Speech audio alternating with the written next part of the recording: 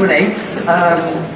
Few transformations have been as stark or as consequential as what has unfolded in Bangladesh, a country that now, I think it's fair to say, stands at the crossroads. The task of stabilising the nation and steering it towards free and fair elections has fallen, Mohammed, to you. Mohammed Yunus is a Nobel Peace Prize laureate, global champion of microfinance. You and I have been talking about the work that you have done over the past, 25 years, I guess. The first time I spoke to you, a man known as the banker of the poor. Your vision has lifted millions out of poverty, and now as chief advisor of this caretaker government, you face quite significant challenges in rebuilding public trust, reviving the economy, and ensuring a peaceful transition of power.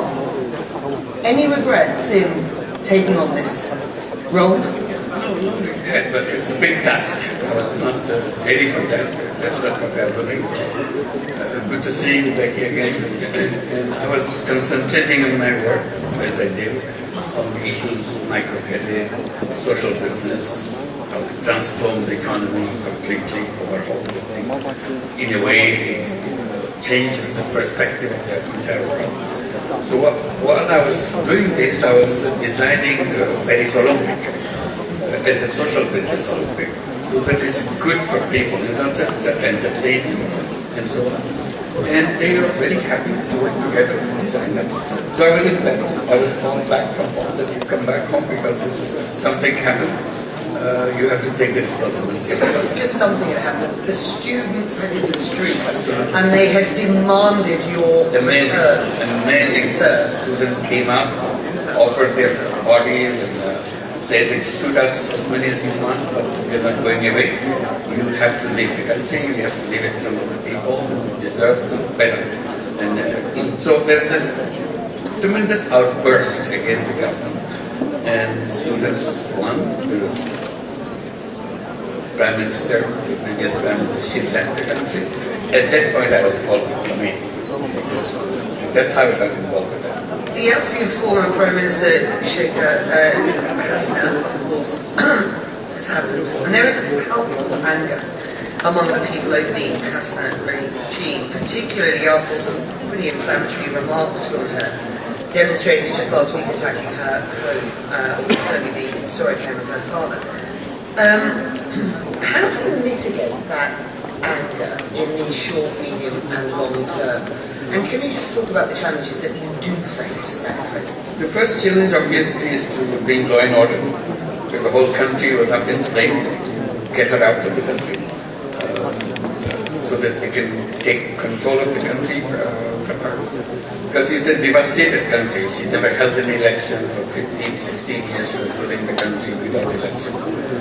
She had fake elections without any voters and so on. Destroyed the economy, destroyed the banking system, a series of things. So the people rebelled against it, and that's how it happened. So our first job is to make sure the law and order is established, and the next job is to rebuild the economy, rebuild the society, rebuild the institutions which have completely failed. So this is the process we are going through. In order to do that, we have to go through the process of reforms.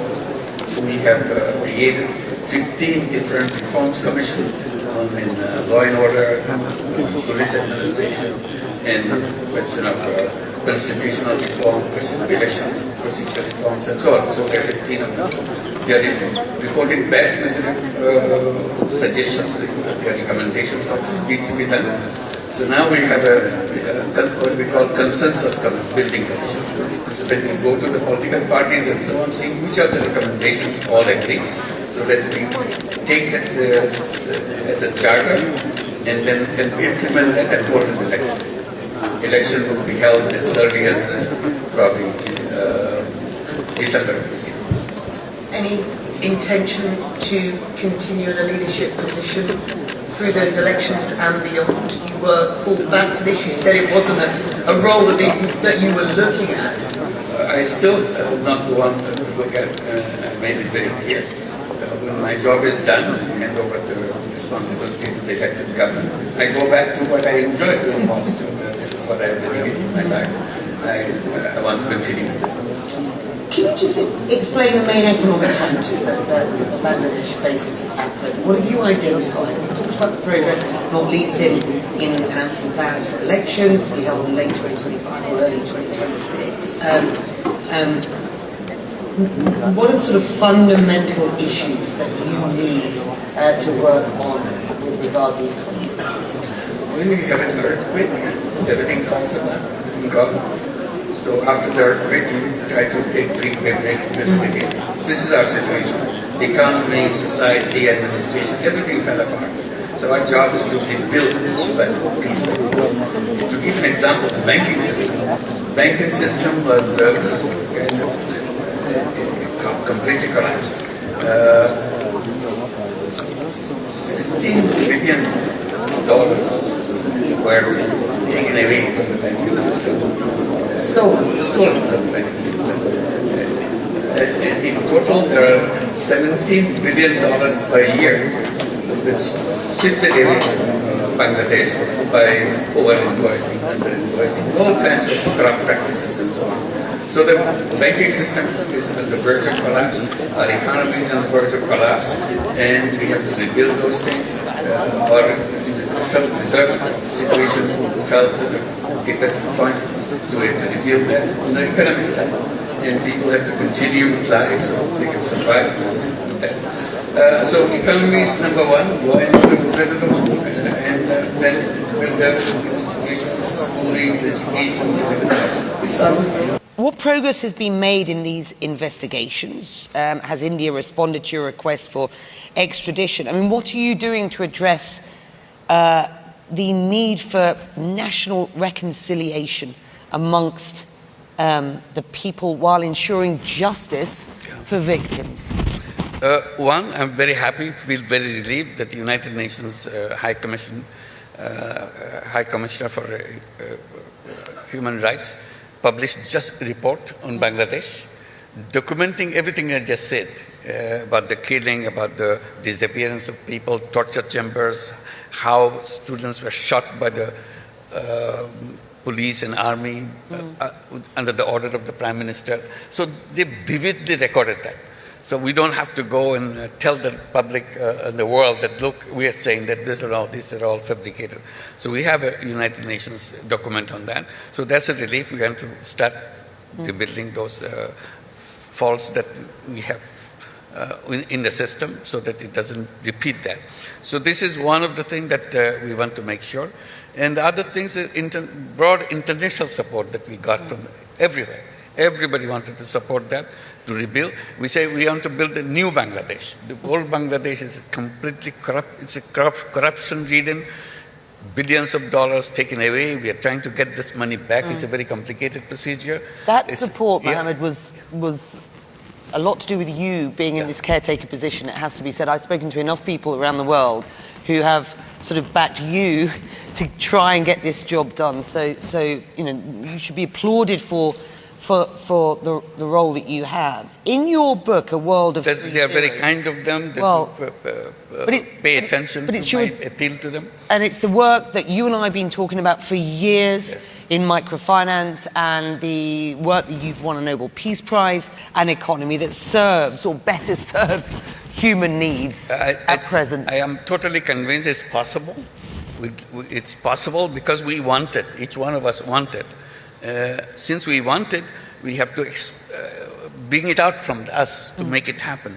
I say we do business to make money. That's understood all over the world, maximization of profit. I said you do that.